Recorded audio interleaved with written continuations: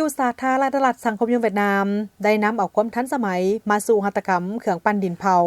หลายหมู่บ้านหัตถกรรมอยู่นครโฮจิมินห์นอกจากการอนุรักษ์คุณค่าดังเดิมแล้วยังมีการปรับตัวเพื่อรองรับแนวโน้มการพัฒนาเศรษฐกิจสร้างสรรค์จากการผลิตแบบพื้นเมืองบรรดาผู้ผลิตได้ผสมผสานการออกแบบวัฒนธรรมและสมทบเข้ากับผลิตภัณฑ์เพื่อเพิ่มมูลค่าในนั้นหมู่บ้านหัตถกรรมเครื่องปั้นดินเผาอยู่นครโฮจิมินห์แม่นหนึ่งในตัวอย่างที่สะท้อนให้เห็นถึงการปรับตัวนี้เส้นโองไหเครื่องปั้นดินเผาที่มีสีน้ำตาลตามธรรมชาติได้รับการสืบสานมาหลายชั่วอายุคนได้กลายเป็นเอกลักษณ์ของหมู่บ้านหัตถกรรมแห่งนี้ท่ามกลางการเปลี่ยนแปลงของตลาด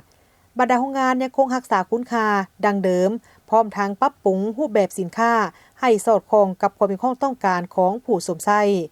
ท่านบุยวันยางเจ้าของโรงงานผลิตโองดายหึงนครโฮจิมินห์ได้กล่าวว่าแต่ก่อนผลิตภัณฑ์มีเพียงผิวแบบเรียบๆแต่ปัจจุบันพวกเขาได้เพิ่มลวดลายมังกรและหงส์ให้มีความงามขึ้นแต่ยังคงรักษาสีสันแบบดังเดิมมีหลายคนนิยมสวมใช้เพราะพวกเขาบ่ใช้สารเคมีหรือสารเคลือบทุกอย่างเป็นเฮ็ดด้วยดินและด้วยมือ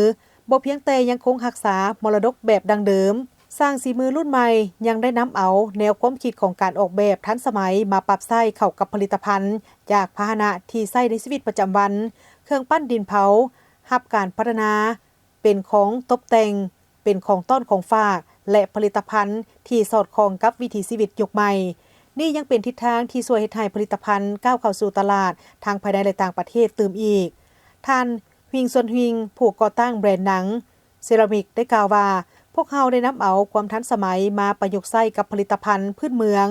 ยังคงใช้สีดินและสีเคลือบดังเดิม